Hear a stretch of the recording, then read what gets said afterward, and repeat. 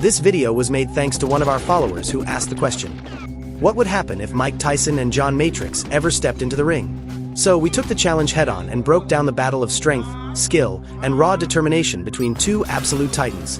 One real, one legendary. The arena is set. The crowd buzzes with anticipation.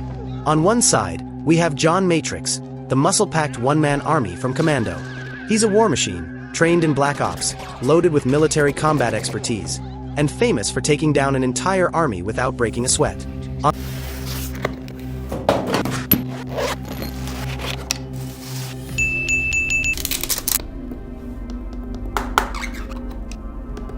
the other side, the baddest man on the planet, Iron Mike Tyson, a real-world boxing legend whose presence alone sends chills down any opponent's spine. Let's talk John Matrix first. He's more than just a soldier, he's a force of nature. Played by Arnold Schwarzenegger, Matrix is built like a tank, possesses inhuman strength, and seems to survive injuries that would cripple a normal man. He's tactical, ruthless, and incredibly resourceful. If it comes down to surviving in the jungle or launching a raid on an enemy base, Matrix is your guy. He's a battlefield genius, and his hand-to-hand combat skills are not to be underestimated. But the key detail here, Matrix operates best with weapons, terrain, and time to strategize. He's a soldier of war, not a gladiator of the ring. And while he's had his fair share of melee combat, his movements, though powerful, tend to rely more on brute strength than refined technique. Now let's talk Tyson. In his prime, Mike Tyson was a human wrecking ball. His footwork was a blur. His punches came faster than lightning and harder than a sledgehammer. He wasn't just strong, he was explosive. Opponents feared stepping into the ring with him because they knew it might not last a full round.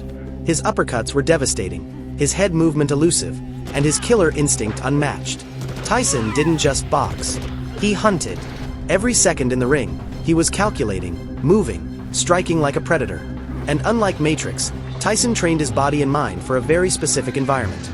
One-on-one combat, with no weapons, no hiding, no backup. Just fists, focus, and ferocity. So imagine this. The bell rings. Matrix, towering and powerful, steps forward with confidence. He's used to fear in his opponents. But Tyson doesn't flinch. He crouches slightly, eyes locked like a shark who's smelled blood. Matrix swings with brute force, an army's worth of muscle behind the punch. But Tyson ducks effortlessly, slips inside, and lands a jab so fast it barely registers on camera. Matrix stumbles.